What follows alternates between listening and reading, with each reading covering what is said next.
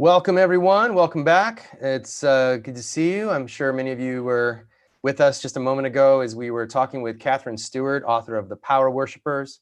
I hope that was inspiring and motivating. Every time I hear her, or every time I refer back to her book, it just lights a fire under me about what we really need to do, especially in the next 4 months, and also being much more intentional and strategic as we look down and plan out the long game for salvaging our secular democracy.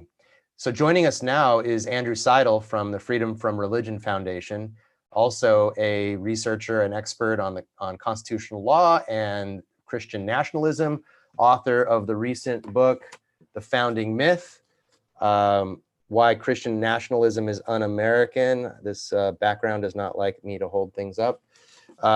So thank you for joining us, Andrew. Andrew is the, I think, Vice President for Strategic Response. Did I get that right? I don't have it. Director of Strategic Response. You've got to get my made-up titles correct, Ryan. Come on. Okay, all right, good. So if you, I guess I'm not seeing your video yet. There we go. There we go. Welcome. Thanks so much for joining us. And I think were you there for some of Katherine's presentation? Yeah, I was furiously rewriting all of my presentation as Katherine was going, because she's so good, and her book is really amazing. And she covered a lot of the really great sort of current events. Pompeo rewriting and creating this hierarchy of rights, the taxpayer funding that's going towards religion, how divisive religion is, and the fact that this is a minority movement. It was a really great presentation. The book's fantastic. Everybody really should go read it. Absolutely. Well, thanks for being here, and I'll turn it over to you. We'll take questions as usual at the end. So if you've got questions, write them in the Q&A box, and on social media, if you're watching on social media, write it in the comments, and we will get to as many as we can. Thank you, Andrew. The floor is yours. Thank you, Ryan, and thank you, Secular Student Alliance, for hosting this awesome virtual event. It really is impressive to be able to do this. I know it's a rough time for everybody. I'm glad you're able to come into my home. Welcome. It's a pleasure to have you. I wish we could be doing this in person, but sometime. I'm excited to have you in kind of this more intimate setting. And I wasn't really kidding. I am throwing out a lot of my presentation because Katherine's was just so damn good, as is her book, The Power Worshippers. Please go get a copy if you haven't already done so and read it. And if you liked it, leave her a review. With dogged journalism and excellent reportage and excellent writing, she exposes the people and the structures behind Christian nationalism in the United States. It's like opening the watch that is Christian nationalism and seeing how all the gears mesh together and drive each other and their power grabs. Basically, they are desperate for power, and she exposes their machinations brilliantly. And this is a fight for American power. And a huge part of that fight is what it means to be an American. It's a fight over our identity. Do we have a government of the people, for the people, and by the people? Or is ours a government of the Christians, for the Christians, and by the Christians? That is a huge part of the battle right now. Christian nationalism is an existential threat to our republic. Katherine said it. I've been saying it. People who are studying Christian nationalism know this to be true. And I'm going to talk about why that is today. But the fact that it's an existential threat to our republic is why I wrote the book that kept disappearing in Ryan's background, The Founding Myth. The goal of that book is to destroy the identity that Christian nationalists rely on by exposing and destroying their common well of lies and myths. Now, Christian nationalism seized power for the first time in our lifetimes in 2016. One of the best predictors of a 2016 Trump voter was thinking that the United States was founded as a Christian nation. And even if you hadn't just heard Katherine Stewart's presentation or read The Power Worshippers, that fact alone ought to tell you that Christian nationalism is not a scholarly debate about our founding. It is an attack on who we are. Right? Katherine mentioned Trump's absurd claim this week that religion will be gone if Joe Biden wins. The goal right there, the goal is to redefine America according to the Christian nationalist identity and then reshape the law accordingly. And that's what Katherine did such a great job of exposing in her book. Now, if you remember, it seems like it was a decade ago, but it was really only on June 1st. Trump had peaceful protesters gassed, beaten, and brutalized with rubber bullets so that he could walk to a church and pose with a Bible. If anybody wants to Photoshop a copy of him holding the founding myth, please feel free to do so. Trump trampled each of the 6 rights protected in our First Amendment when he did that. And he did that so that he could align our government with Christian nationalism. It was a haunting, despicable scene that encapsulates so much of what is wrong and un-American with this sinister and exclusionary movement. Right? So the whole point of that malignant, farcical stroll was to show that Trump and this nation are churched, that we are Bible-believing and Bible-beating, that we are a Christian nation, and anyone who disagrees with that should be beaten and gassed. The point is to elevate one group above everybody else. The goal is to redefine the Constitution so that it creates 2 classes of people, Christians and everybody else. Or to be more accurate, the right kind of conservative Christian and everybody else. This is and has been the goal of Christian nationalism, to codify Christian privilege, to elevate Christians to a special favored class. Everybody else, second-class citizens. So they want to make it so that to be an American is to be a Christian, and to be a Christian is to be an American. That is the fight that we are having. And we need better facts for those fights, but we also need better arguments. Arguments that are not just cerebral, but that strike at the very core of their attempt to rewrite our identity by rewriting our history. Remember, they're trying to rewrite our secular DNA, the secular DNA of our country. And we have to push back against that. We have to have these better arguments, and these not just cerebral arguments, but in a way, emotional arguments too. Gut punches, I like to call them. And this is really what I try to do in the founding myth, Why Christian Nationalism is Un-American. Un-American. Not only is it fair to say that Judeo-Christian principles are un-American, which I do in the book, but we must. And I know that word, un-American, might make you squeamish because there's an inherent value judgment built into that word. But America is in a fight for its values right now. Christian nationalism is warping and torturing those values. Christian nationalism is dragging this country down a dark hole. And if we hesitate to describe that identity with apt phrases because they're unpleasant, then we are ceding the American identity to an imposter. We've already lost in a way. So if calling Christian nationalism un-American, as I do in the book, makes you uncomfortable, first of all, remember this: patriotism has no religion. Patriotism has no religion. And now ask yourself this. Ask yourself, am I uncomfortable with the American, un-American labels, or even the patriotism label that I just used? Am I uncomfortable with that because Christian nationalism is already so close to completing its mission? Because they've done such a good job already of corrupting patriotism and conflating it with nationalism and MAGA hats, right? Have they done such a good job of corrupting what it should be, what it should mean to be an American, that I don't want to consider myself part of that? Ask yourself that question, because I don't think that my historically accurate claim that secularism is the true legacy of the American experiment is the problem. I'm betting it's the former. I think it's because they've been so successful. And Christian nationalism, again, it's not just about photo ops. Remember, Trump tapped into this undercurrent of fearful Christian nationalism, and then he rode it into the most powerful office in the history of the world. And he did that by highlighting their identity, by aligning himself and his rhetoric with their identity. And again, that is the fight that we are having today. And I think if you listen to Katherine's talk, she's talking about how they are seizing power and the structures that they've used to do so. And one of the common threads in that is that religion is divisive. And they divide us by claiming that theirs is the true identity.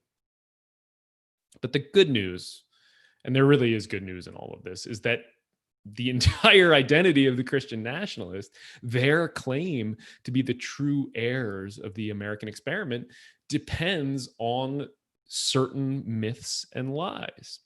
And you've heard all of them before, and you're going to hear them more and more frequently the closer and closer we get to November. That we are one nation under God, and in God we trust. That the Declaration of Independence references the Christian God 4 different times. Heard a lot about that at the beginning of this month. That the founding fathers were all evangelical Christians. That they prayed at the Constitutional Convention. That George Washington knelt in the snow at Valley Forge in prayer. And that our laws, all of our laws, are based on the 10 Commandments.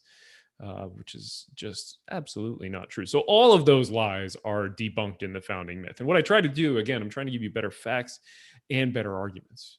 And all of those lies are debunked in the founding myth. And without the historical cover that those lies give, the policy justifications of the Christian nationalists begin to crumble. Without that common well of myths, their identity begins to wither and fade. And with it, their power, their claims of legitimacy, their unity. We can win all that by attacking their very identity. So in other words, their entire political and ideological reality is incredibly weak and vulnerable because it is based on these historical distortions and lies. But again, we need more than facts to fight back. We need better arguments. If facts were all that were needed these days, COVID wouldn't be the problem it is in America. Trump wouldn't be president either. So that really is the purpose of the founding myth, to utterly destroy this un-American political ideology. And again, the book is meant to give you new, better arguments. So it's not simply a refutation of the idea that we're a Christian nation, right? That's been done before. Instead, I went deeper. So I asked the question that lies at the heart of their claims to legitimacy. Did Judeo-Christian principles positively influence the founding of the United States of America? No, they didn't. America was not founded on Christian or Judeo-Christian principles. And it's a good thing, because those principles, and especially the ones that are central to Christian nationalism and the Christian nationalist identity, are thoroughly opposed to the principles on which the United States was built, right? The two systems differ and conflict to such a degree that, to put it bluntly, Christianity is un-American. So that is the argument that I am making, that these are conflicting systems, that they have irreconcilable differences. That's the founding myth. So the point is this: America will never be a Christian nation, because the moment it becomes a Christian nation, it ceases to be America. And this is the argument that we need to be screaming from every rooftop in every forum. America cannot be a Christian nation. Christian nationalism is incompatible, irreconcilable, and antithetical to America. And so, that's what makes the founding myth different. Previous books have offered this gentle correction to the Christian nationalist. Here's what history tells us. Here's what the founding fathers meant. Here's what they actually said. And then they just leave it at that. But again, correction's not enough. Otherwise, we wouldn't have President Trump. Pointing out errors is no longer enough. It's insufficient. We need more. So this book does that, but then it takes the next step. It goes on the offensive. This book is an assault on the Christian nationalist identity, and it gives you the tools and the weapons to mount a similar assault. Not only are Christian nationalists wrong, their beliefs and identity run counter to the ideals on which this nation was founded. They are un-American. I'm gonna do just a few more minutes, a little summary, and then I want to take questions, because there's so much to talk about with everything that the Supreme Court has done lately. I'm assuming that people are going to have questions about that. I'm happy to dive into the history more. The history in the founding myth goes from our colonial history in part 1, talking about the Declaration of Independence and the supposed 4 references in there, our other colonial history, for instance, that all the people who came to settle this continent were seeking religious liberty, which is not true. If you want to know why, either buy the book or you can ask me a question about it. I go over every one of the 10 commandments and explain why all of them, yes, all of them would be unconstitutional if they were promulgated today. And it show why they didn't influence our system of law and justice really at all. And then I also get into all the way up through more modern history, the Civil War, lots on slavery and the alliance between religion and slavery. And I use In God We Trust and the addition of Under God to the Pledge of Allegiance to sort of discuss those two different things, and then get into some of the fun history behind presidents ending their addresses with "God Bless America," which actually is a result almost directly of the Watergate scandal.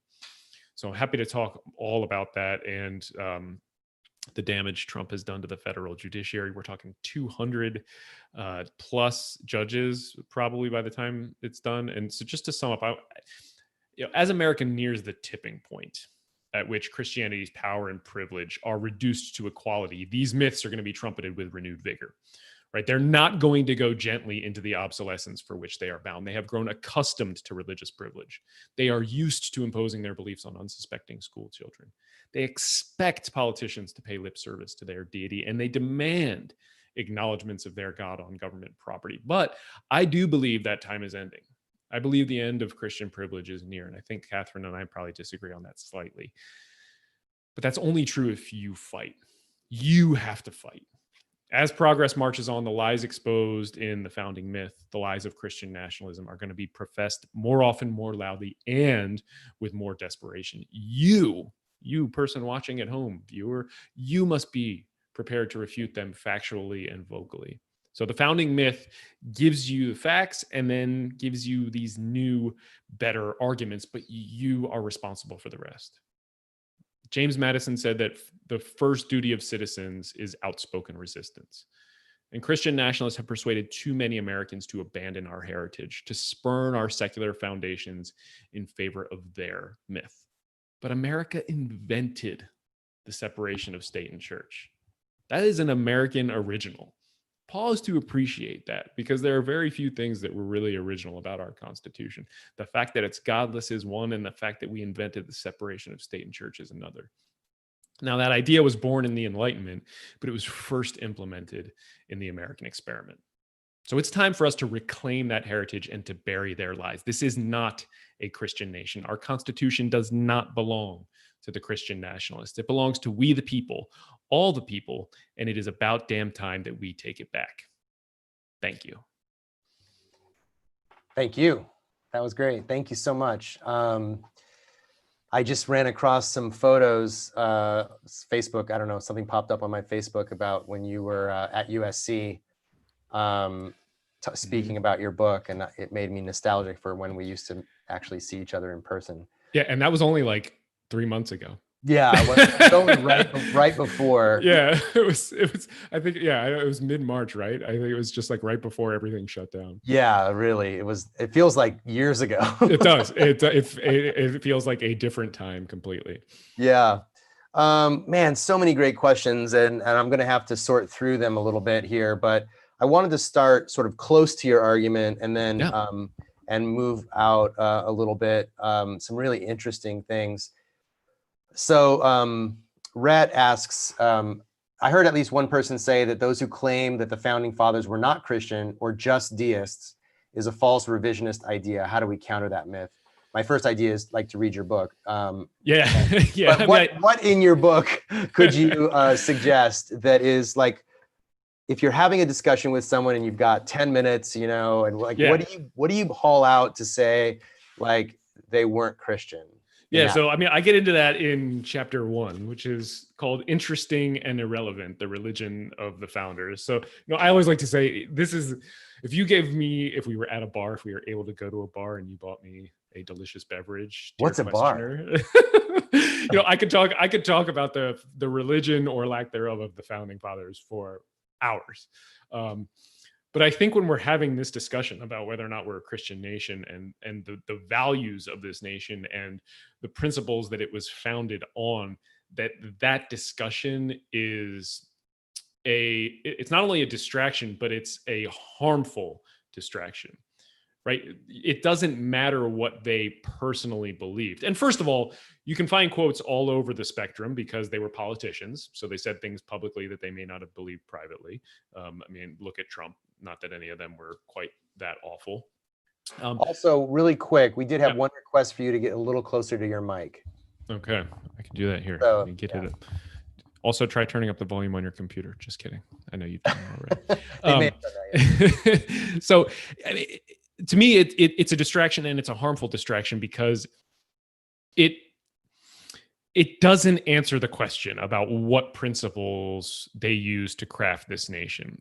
And I dealt with this in the first chapter because it's fascinating, but it is beside the point. What the better question is, okay, well, what principles did they use to build the nation? Because let's assume for the sake of argument that they were all Christian, all evangelical Christian as we define them today. That doesn't mean that they tapped their evangelical Christian beliefs to craft the nation. So point me to an evangelical Christian principle that they said, hey, we believe this and we talk about it in church every Sunday. It's in our Bible. Let's put it in the Constitution. You can't do that. We have the records of the Constitutional Convention, and there's no real reference to a Bible. Franklin invokes a sort of biblical story one time to make a side point that has no real bearing on the substance of the document. They did not do it. And part of the reason they didn't do it is because they believed that morality and ethics and philosophy and things like this didn't necessarily need religion. And so I get into that a lot in the book too, about how they believed that religion was a substitute for morality and what that says about them and maybe perhaps their elitist views. And to me, the better question is, okay, well, even if you could concede the point if you're having this discussion. I will concede that all of them were evangelical Christians just for this talk. Now, point me to a principle that they used to, from that religion, to craft this government, our system of laws, our system of justice, because that's the conversation that you're actually having. So that's what I try to do there. Yeah, and I mean, I think sometimes I'm trying to think just rhetorically, like what I might have said years ago when I was a Christian, and I might have said something like, the idea of justice is a biblical principle, and they maybe drew on their Christianity to say, wouldn't it be great to have a country that you had real justice for people? Yeah. But see, then you're in that discussion, and that's where you want to be. That's better. I mean, you can find quotes and you can mine quotes on either side of this, and I do debunk a lot of that. But so then you're into, okay, well. So you're arguing right now, Ryan, that justice is a Christian principle. Is that your argument? That universal human conception that every society we've ever known came up with is just Christian? Yeah. Okay. And so then you can get into more of those kind of things, and it's a little bit, but that's the argument that you're actually having. So don't have the argument by proxy. Force them to take a position on it. Cool. No, that's really helpful. A viewer on YouTube named Joe, I thought had some really interesting, a kind of a comment, but I want to sort of pose it as a question. He says there's not nearly enough coverage of the deep disputes within Christianity over doctrines underpinning white Christian nationalism. By saying only Christianity, we promote their frame. Moderate Christian denominations could learn from Never Trump Republicans and loudly promote a not my Jesus message that strikes at the heart of extremist identitarian American white Christian nationalist ideology. And what I'm hearing in that comment is like, is it helpful to call it Christian when there are so many Christians who would be allies to your point? Should we be more specific and call it like white Christian nationalism, or are we alienating? And I apologize, Joe, if I'm adding to your question in a way that you didn't intend, but are we alienating potential Christian allies by saying Christian nationalism? I mean, it is white Christian nationalism, and if you were to look at the Venn diagram between white nationalism and Christian nationalism, it's pretty damn close to a circle. And I'm not terribly worried about doing that. There are, and Catherine discussed this, and I know Rachel Lazar discussed it too. There are a lot of Christians out there who are opposed to Christian nationalism. There are a lot of Christians out there who are in favor of a secular government, who are in Isn't there a favor of the whole separation of state and organization of church. a group of them, like Christians Against Christian Nationalism or something? Yeah, and they signed a big letter. God, it's so hard. Time is so hard. I think it was in February, but everything is just so difficult to keep track of these days. So 5 years ago, basically. Yeah, 5 years ago, basically. They are allies, but I also it's disingenuous and dishonest to say that it is not tied to Christianity. And I'm not going to make the argument that there is a true Christianity and that these people are, fraudsters or are not the heirs of the true heirs of Jesus Christ or of the Jesus Christ of the Bible. I don't think Jesus was that great a guy in the Bible. I think there's and you can make some pretty good arguments. And I try to do that a little bit in the book even. To me, it would be disingenuous to not point out. I mean, they are seeking a government that is based on biblical principles, right? That is what they want. They want a theocracy, and they want it run by conservative Christians. Now, yeah, calling it Christian nationalism, maybe you do alienate some progressive Christians, but it's up to them if they want to have a fight over what the true religion is to make that fight. I'm not going to do that for them. This is without a doubt Christian nationalism, and they use the Bible and the Word of God and the concept of God and the concept of Jesus to impose that viewpoint on millions of people, and they're using it as a path to power. So I'm not gonna refrain from using that term just because it might alienate some people. That's up to them. Mm. Yeah, and I remember when I was a Christian too, it was highly motivating to me. I would hope so. And especially as a Sabbatarian, being a sort of a minority Christian religion, it was always terrifying, even as a Christian, to see the stuff that's happening. Well, and that's an important point too, though, because right, the separation of state and church, it protects minority religions more than anybody else. And historically in this country, it's the minority religions that support the separation of state and church. But then once they seize power, or once they become the majority, they flip on that, and all of a sudden they're all for uniting state and church. But the underlying, and I'll probably say this a couple more times in the talk or in the Q&A, there's no such thing as the freedom of religion without a government that is free from religion. Right? To have genuine religious liberty, true religious liberty, not this warped, perverted redefinition that we're seeing these days. To have true religious liberty requires a secular government. And that was something that the founding fathers really did understand in a way that the Christian nationalists just completely betray. Because I'm curious as well, I'm going to go with a question here. There's so many coming in, and thank you guys for submitting your questions. And I may not be able to get to all of them. In fact, I probably won't be able to, but keep them coming because they are interesting. What kind of cases, this person writes, what kind of cases would you like to see come to the Supreme Court, or do we need to wait until the Supreme Court justices change? None. Yeah, none is the answer.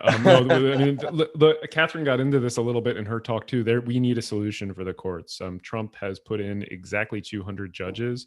The 2 Supreme Court justices, 53 circuit court judges, 150 some other district level judges. And he's got, I think, between 40 and 50 nominations pending. So you're talking by the time Congress and the new Congress comes in, whatever the makeup is, 250 judges can come in, and a huge chunk of those were not only chosen because they were Christian nationalists, but were chosen because they were explicitly Christian nationalists. And this was a big thing that was happening when all the Democratic debates were going on. 12 years ago. Really just a few months ago. It just seems like 12 years. I don't want to actually confuse people. I actually was doing the math with my idiotic humor. Yeah. 12 was too round of a number. Anyway. You can have all the amazing plans in the world to fix all of the very clear problems that the last 3 years have, kind of brought to the surface. And none of that matters because the conservative Christian nationalist judiciary is going to strike any one of those things down. We have to have a solution to the courts before we do anything else. And that's got to be the number one priority no matter what. So a follow-up to that, do we need to make structural change to our judiciary Yes. system to protect it from executive interference? Yes. And not just, political interference, we should say. Yeah. Absolutely we do. Ryan, you and I were kind of chatting a little bit before this about John Roberts and, the view that he's sort of this secret liberal or helping. No, nonsense. He's a conservative. The only dissent he's ever read from the bench was his dissent in the Obergefell case, the marriage equality case. He is not a friend to us. He did a couple of, good decisions this past term, but all of them, for instance, the Bostock decision, which said gender identity is protected under sex discrimination laws. Great decision. They left open the question of religious freedom, of whether or not religious organization and churches can still discriminate against those people. The court is going to drive a truck through that hole in the very near future, if they didn't already do it in the Guadalupe case that came down just a little while ago. Without doubt, all of the good decisions the court made are really they're temporary. They're postponing, and people really ought not to take too much heart in what Roberts did. Savor, I guess, the victory, but don't expect a lot more of this. Really, really don't expect it. This is not a philosophical shift that we are seeing in the Chief Justice by any means. So what would be required to have a kind of restructuring of the judiciary, and what kind of restructuring would you like to see? So the Constitution is a pretty bare bones document when you get right down to it. It's sort of, think of it as a skeleton, and then it was up to Congress and later generations to put meat on those bones. It sets outlines and boundaries. And Article 3, which deals with the judiciary, is even more bare bones than the rest of the document, because even though there were a lot of lawyers in that room, there weren't many judges at the Constitutional Convention. And so there's a lot of, Congress has a lot of power when it comes to shaping the federal judiciary, is the point that I'm trying to make here. Basically, the two major rules are that federal judges sit for life or while on good behavior. And there's a lot Congress could do in besides that. They can set the makeup of the courts. They could add a whole nother layer in the hierarchy of the courts. For instance, you could go district court, circuit court, upper circuit court, and then Supreme Court if you wanted. They can change the number of justices that sit on the Supreme Court. They could add more. They could take, for instance, 2 away, and the last in, the last out, which would get rid of Gorsuch and Kavanaugh. So you have all kinds of different things and solutions that are out there, but they all involve structural change for sure. Yeah. So there's a range of questions here about strategy. One thing that really stood out to me from Katherine's talk and the book, even more so, is how strategic and committed to the long game the conservatives have been. They've been building from, well, in her first book, she wrote about these good news clubs. She referred to it briefly in her talk. They were investing in little children 20 years ago. So there's a few questions about history instruction in school, getting In God We Trust off of our money. What kinds of strategies and this is your work, the FFRF, the Freedom from Religion Foundation, is litigating cases, but also, I presume, thinking about that long game. Like, how do we combat this? She talked about the Federalist Society and the way they've been cultivating a crop of judges. Should we have our society of secular judges? Or, what do you think? There is the American Constitution Society, which is really roared back into existence over the last 3 years. They need better PR, maybe. And they're working on some of that stuff, but they're not strictly secular. They're sort of more progressive, the antithesis of the Federalist Society. But yes, in terms of strategy, I've been doing I've been an attorney practicing state church separation law, constitutional law for basically a decade now. It became very clear to me early on that we were not going to win this fight in the courts. And that's even more clear now. We're going to win it in the court of public opinion, in the demographic fight. And we are winning it there, right? I mean, the Christian nationalists look up, well, not now because they're not meeting, but, you know, on Sunday mornings in the past, they would look out in their congregations and they would not see young faces smiling back at them. It was empty pews, and it was a much older demographic in those churches. And I think the current climate is driving even more of that exodus away from religion. And, you know, this is one of the things that I talk about in the founding myth a lot, and that we don't talk about as a secular movement. But one of the reasons that a lot of the more devout founders and framers of the Constitution wanted state and church separate was because it kept religion more pure. So James Madison wrote that religion and government will both exist in greater purity the less they're mixed together, right? And that's what you see under Trump. You see this fake, disingenuous wielding of religion as a political tool.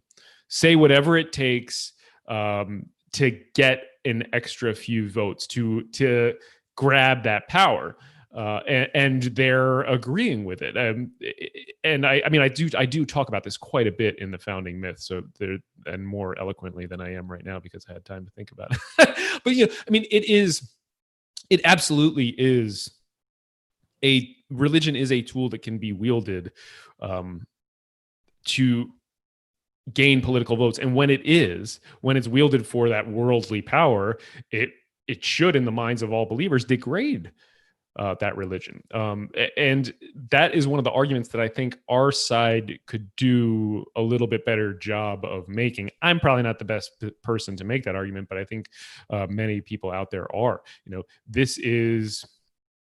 it's a farce the way Trump uses religion to get and keep power. Yeah, no, it should offend Christians far more than it does. Should. Yeah, it should. And I think there's a tiny little movement, you know, some of these Republicans breaking ranks a little bit. I don't know if that's religious or if that's just political, or people are seeing their political future vanish in front of their eyes or something. But, one of the things that we do here, you know, at the Secular Student Alliance is, you know, we really believe that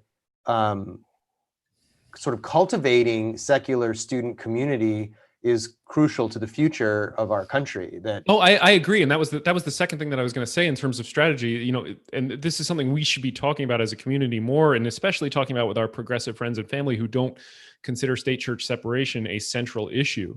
But, you know, whatever issues you care about, limiting the power of religion and in our government, ending the sense of Christian entitlement in this country, ending Christian nationalism, it's virtually a panacea, right? I mean, do you want better education? Do you want full funding for public schools instead of vouchers for private religious schools? Do you want accurate science about evolution and sex taught in classrooms? Yeah. Do you want full civil political rights for LGBTQ, women, minorities? Do you want reproductive justice and choice to be fully realized? Do you want a greener world and a healthier environment? Do you want America to get serious about climate change and shun its deniers? Do you want better access to universal health care? Do you want scientific research to be guided by scientists, right? Do you want to solve the problems in the Middle East? Do you want, as you just said, our responses to pandemics to be guided by science and not wishful thinking? End Christian nationalism, end religious encroachments into government power, and you are going to see progress on every single one of those issues. And that is something that I don't think we do a good enough job talking about, but it really is true, and we need to talk a lot more about. It should pull progressives and liberals and so many people that are just not Christian nationalists to our fight. And that is, to me, that is one of the strategies that we need to be looking at a lot more. Yeah, and the campuses are ground zero for these battles. I was going to say right now, but has been for quite a long time, and especially right now. And these organizations that organize college students to be sort of champions of this far right ideology are well funded on these college campuses, and we're we're struggling with a hand tied behind our back, and trying to figure out, like, how do we raise up the next generation of constitutional lawyers or elected officials, people that will be teachers in our public schools, people that will be, journalists and news anchors, and, people that will have a clear-headed vision about, equality and freedom for everyone. And it begins with our children and our middle school kids and our high school kids and our college students and graduate students. And that's why I'm so passionate about the Secular Student Alliance, is that we really believe that if we invested adequately in our students, financially, being able to resource them, bring them together for events like this, hopefully in person next time. No, I mean, I agree completely. The Freedom from Religion Foundation agrees. We're funding interns, and we help fund your. I mean, I think it's one of the things that every group in the secular community agrees on, is the importance of organizing at the student level and therefore supporting SSA. So it's something that I do personally, and that we certainly try to do as an organization. Yeah, you guys are like one of the two key sponsors of the conference this year and last year and the year before that. And so, I mean, FFRF's been an amazing partner, and why we just love working with you and American Atheists and American Humanist Association this year really helped us out and helped sponsor the conference. So, I mean, we do this together. Like, and we don't have lawyers on staff. You guys have lawyers. We work with students, and we really need to, I think, pull together. And I see that happening more and more during the pandemic. There's been a lot of crosstalk, and it's been really exciting. Let me see what else we have here in terms of questions. They just keep coming in. We'll be here all day. We don't have anywhere to go. Let's see. I'm trying to find this one. Awkward silence. Is there a way that we could win the battle of ideas with conservatives? This person saying, to convince rank and file conservatives that separation of church and state is a good thing. Pass out brochures at church, LOL. Like, is there like really this ground game, because Christians are doing it, right? They're passing out Bibles in public schools, even though they know it's illegal. Then they get smacked and they stop and then they start again. Like, yeah, they have a whole organization dedicated to it. Yeah, right. I mean, to me, it's about the way that we frame these issues and the way that we talk about them. And again, I said this earlier. There's no such thing as the freedom of religion without a government that is free from religion. And that point, it lands. It hits people all across the ideological spectrum, and it encapsulates one of the real reasons we have a separation of state and church in the first place. But this is a question I've sort of been asking myself a lot lately, and what I'm trying to do is reframe and boil down all of the reasons we have a separation of state and church into sort of digestible bullet points that we can get out there and argue about in a more effective way. Because, to so many people, it's become things like "In God We Trust" and 10 Commandments monuments on public property. And I think those are absolutely important. I mean, those are symbols of Christian nationalism. And I think that that symbols can be incredibly powerful, and we ignore that power at our peril. But the number one thing is for us to be able to talk about this and reframe these issues in a way that's important. And I think lawyers in particular, we are susceptible to doing a really shitty job of that, right? Yeah. Like, you can't put the 10 Commandments monument up in the school because the Supreme Court said in Stone versus Graham that you can't do that. Like, that doesn't convince anybody that's paying attention about why. It might convince that school to take it down, but nobody understands why. You're just picking on Christians. Yes, and we have to do a better job of explaining why. And that's really one of the things that I try to do in the Founding Myth too, is get into the why of state-church separation. And it's what I'm thinking about a lot for probably my next book, but also just generally for this fight. Yeah, like Freedom from Religion Foundation is helping you as a Christian preserve your right to be a Christian. Like, this is not us against you, at least not if you're in favor of religious freedom for everyone. Yeah. And I think too often the work that we do gets spun as atheists are just bullying Christians. You know, of course, that's the story they like to tell because that helps them, you know, sort of fight back against what you're saying. There's a question about Project Blitz. To simplify my earlier, what's being done to publicize to religious and non-religious citizens the strategy and tactics being used by Project Blitz? And this is what I was thinking earlier, right before this question came in. How do we organize an equally organized and successful response to counteract their local boots on the ground legislative push? In other words, what would is there a Project Blitz of our own? You know, we're always fighting from defensive. Yeah. You know, could we take an offensive position? Yeah, that's a great question. And I know all the groups are looking at doing that, including the Freedom from Religion Foundation. And we're starting to build that sort of power base. And I mean, one of the main things to do is to join the groups, join the Freedom from Religion Foundation, right? So when I'm writing to a local legislature or city council, say, that has a Project Blitz proposal before it, or a state legislature that's looking at a Project Blitz proposal, if I can say I represent 30 people in the district, or 300 people in the district, or 3,000 or 30,000, right? It makes a huge difference. So it's not just about supporting the organizations with your money. It's about joining your voice to the voice of the organization to make them more influential and powerful, really.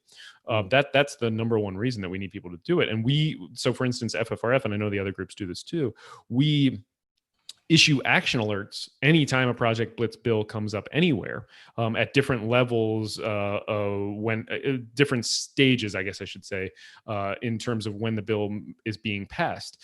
And so you will get an alert right there on your smartphone if you sign up for FFRF action alerts, telling you, hey, this your state is considering passing this Project Blitz bill back. You know, to oppose it, click this link and it'll take you through it. You can make phone calls, you can send emails, you can tweet at these legislators. And we've actually been very successful with stopping Project Blitz. And I don't just mean the Freedom from Religion Foundation, but I mean all the secular groups. We've really come together as a coalition. Blitzwatch.org is sort of the public face of it, to oppose these bills, and done a fantastic job. I mean, the success rate on Project Blitz bills is, I believe it's under 10% now. So we're doing a pretty good job pushing back on it. How do people sign up for your action alerts? Just go to the FFRF website, or you can text FFRF, so those 4 letters, FFRF, to 52886. So text FFRF to 52886. 52886. Cool. I put that in the chat. Text FFRF to 52886. Check out blitzwatch.org. There are other organizations, not just atheists and secular organizations, Correct, that are pushing back on that, right? Like we said before, Christians Against Christian Nationalism, Americans United, which is a multi-faith and no-faith organization fighting against this stuff. And I think Katherine, you know, made an important point toward the beginning of the Q&A in her session, which is that, you know, we outnumber these Christian nationalists. And it's also true, it's true in any social justice struggle. Like the people that are against, you know, the 1%, destroying the wealth of the 99%. I mean, the numbers are right there in the sort of description of the problem, right? 1%, 99%. You know, if we vote and if we call our legislators and we make our needs known repeatedly, consistently, in an organized way, we vastly outnumber these trolls that are trying to destroy our democracy for their own advantage. No, I mean, you're absolutely right. Katherine was right. The 1 in 10 figure is important for people to remember. Only, 1 in 10 in the country are Christian nationalists. And she got into this too, the only thing you have is a voice when you come right down to it. And so you have a duty to use it. And that means voting, and that means opposing Christian nationalism wherever you see it, whatever form it takes. If you see it in the paper, you write a letter to the editor. If you see it in the comments section, you point to a better resource explaining why that's nonsense. You have a duty to oppose it. And that's why they try to convince you that your vote is useless, that your voice is pointless, that all of that, because that's the only thing you have. I mean, legislators, representatives, senators, U.S. representatives, U.S. senators have people on staff who count up the number of calls and the number of emails that come in pro and con on each issue. They do that because they do care about what you think. And the only way they know about what you think is because of what you say. you have a voice and you absolutely have to use it. And I mean, one of the great things they are trying to do, great, not in the positive sense, but in the meaningful sense, is trying to convince you that your voice is meaningless and pointless, and don't let them do that. One of our students, younger students, Bailey Harris, who I think you probably know, wrote in, I think from Facebook saying, "Hey, Andrew, nice to see you. For those of us who aren't 18 and unable to vote, what is the most important thing we can do to support separation of church and state?" I mean, I think that's a really great question. Get out there talking about it. And just because you can't vote, there's still a lot of things you can do to help others vote. There's a lot of volunteerism that you can do. And just generally things that people can do besides voting. Again, join the local organizations, join the national organizations, support the Secular Student Alliance. Please do, because they support people who can't yet vote, and they organize, and you guys are now the headquarters for the Secular America Votes campaign, which is this great umbrella campaign by all the different organizations working to really build the political power of secular America through this voter drive and voting push. It's so, I mean, supporting the organizations is so crucial. I would really encourage people to go out and buy a copy of The Founding Myth as well. It's really sad right now, because one of the things I hate is that I'm not able to sign or sell books. And I mean, it's just been devastating to new authors like me, because sales have plummeted. But I'm a bibliophile, and I cherish signed books and first editions, and I'm not able to sign books for people at these events anymore. But FFRF, the Freedom from Religion Foundation, my organization, has made it so that we will offer you signed copies if you order them through FFRF. So if you go to FFRF, yeah, exactly like that. So if you go to ffrf.org, you check out The Founding Myth, and then during the checkout, there's a place where you can add a note. And if you just ask for me to sign it, you can tell me to write whatever you want, and within reason, I probably will. I'm going to regret saying that maybe. It'll take a little bit longer because we sign them as they come in, but you can get a signed copy. So, but I mean, supporting the local organizations, voting, volunteering is absolutely crucial. And the other thing that I've been encouraging everybody to do is when I was traveling around the country talking about this book, is to run for office. And I mean, you probably can't do that at 16, but I think you can at 18. And I know a lot of people who hear that probably think that it's not possible, right? Like, what qualifications, what experience do I have? You're probably thinking to yourself. And if you just look at who is in office right now, you are more than qualified, more than capable of doing the job that many of these people are doing. And I tell you, for one thing, the Christian nationalists for sure are not asking themselves that question. They think because they're a Christian, that's enough. And so I would really encourage everybody to get out there and run for office, not just to vote for offices, but to actually run for office. I've been very gratified that I know of 3 different people who've heard me yell and scream about that during my book talks that have turned around and gone and done that. So if you're doing it, let me know, and I will do all I can to support you. Yeah, Hemet gave a great talk. He did. Exclusively on that topic earlier this week, saying, secular students need to run for office. I think, Bailey, too, the other thing is that if I was coming out of a grocery store and I saw a table that said register to vote, and I wasn't registered to vote, and I saw like a young person who was not old enough to vote themselves and was saying like, I'm not old enough to vote, but you can, are you registered? That would move me. So I think in some states, minors are allowed to register, others to vote, I suppose, if they wouldn't be out there alone anyway, but that'd be a good thing to do. Yeah. Let's see here. Lost my place a little bit in this list of questions. There have been a couple of questions about the contradiction, like how can Christians, or how can the right wing support the Second Amendment so strongly and yet really undermine the First Amendment at the same time? Yeah, I mean, that's a really good question. And Katherine kind of touched on it a little bit when she was talking about Mike Pompeo, the Secretary of State's new Commission on Unalienable Rights, and the report that they just published last week. right? They see a hierarchy of rights. So some rights are more valuable and more important than others. And it just happens to be that they coincide with their religious beliefs. So, religious liberty in the sense that they mean it, in the sense of religious privilege, is the highest right that you can have. And then there are other rights along the spectrum. So, I mean, it is certainly a contradiction, but I don't think anyone has accused religion of not being full of contradictions. So, Yeah. I mean, it's not in that sense that it's not intellectually in agreement with itself. I don't think should be surprising to many. Yeah, I mean, I think that it is a deeply cynical movement. It's about winning. So whatever, people will. I mean, right now we have federal police exerting authoritarian power in American cities, and the people that are usually worried about the federal government attacking its citizens are pretty quiet about it. So yeah.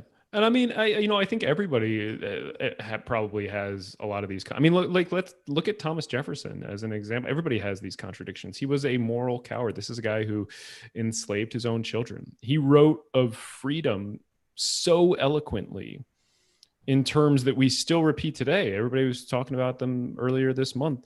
And he actually even condemned slavery in pretty fervent and revealing terms, and even in a draft version of the Declaration of Independence. But then at the same time, he was this paradox of cowardice because he couldn't live that out in his own life. And this is sort of the history of this country, right? Our constitutional identity has never been fully realized. And I want people to note that that's not what I argue in the founding myth, right? Like many of our America's founding principles were aspirational, or are aspirational, or they were for a long time, right? Since our founding, successive generations have failed to fully implement those values, leaving it to our children and future generations to conquer slavery and segregation and the subjugation of half the population, women, right?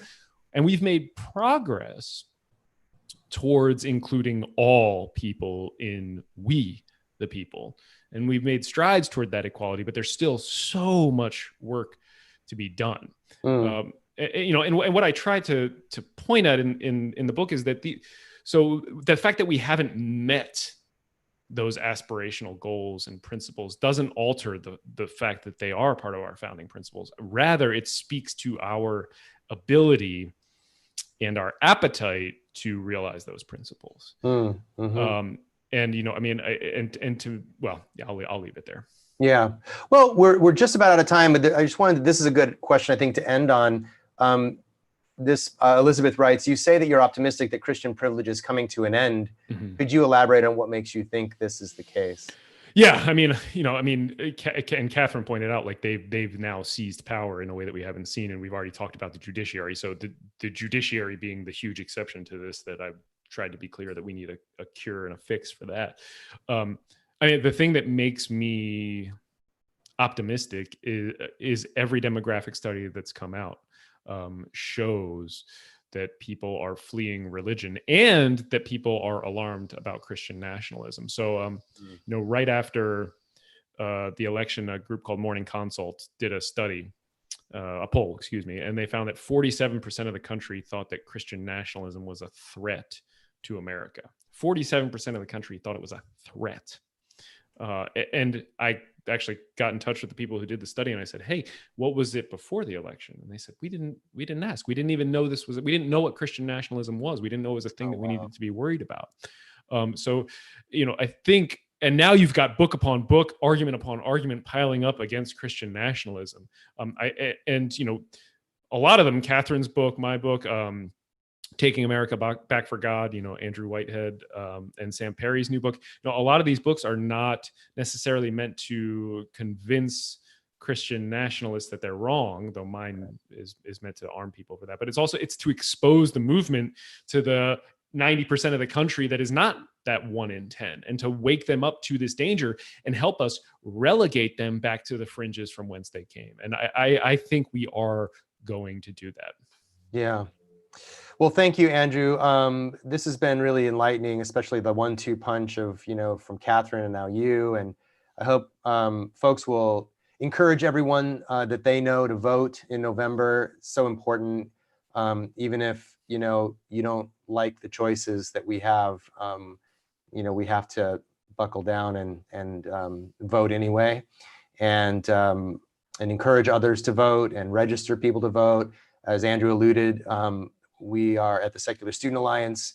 This year, we're spearheading the Secular America Votes campaign. If you go to secularamerica.votes.org, you can learn more about that. You can sign up to hold a registration drive or many in your community. Right now, we're sort of trying to figure out how we do this during a pandemic where we can't meet so easily in person, but we are trying to come up with some strategies to do digital campaigns, online campaigns, where you can encourage your followers and your friends and family to register if they aren't registered. If you're for those of you students listening, you represent the emerging block of new voters turning 18, 19, maybe voting for the first time in a federal election. And we really, I hope Andrew and Katherine and others have really been persuasive that even though it seems like your one vote doesn't matter that much, it really, really does. It's the only thing that matters. Yeah, especially at the top of at the top of the ballot, but also down the ballot, Yeah. In the Senate and the House races and so forth. Super important that your country hear from you in November on the ballot. We are going to continue through the rest of this day to the conclusion of the SSA conference. Up next is Bailey, who asked the question. Her sister, Elle, has a new book coming out, and she has a session in a few minutes, in fact, in about 3 minutes, about her new book and a reading of her new book. So please tune in for that and check the schedule at secularstudentalliance.org/2020 conference for the rest of the schedule. Thanks, Andrew, for being here, and thank you, everyone, for joining us. Thank you so much for hosting, Ryan, and Secular Student Alliance. I really appreciate it. Cheers. We'll look forward to more collaboration in the near future. Bye-bye, everyone. Absolutely.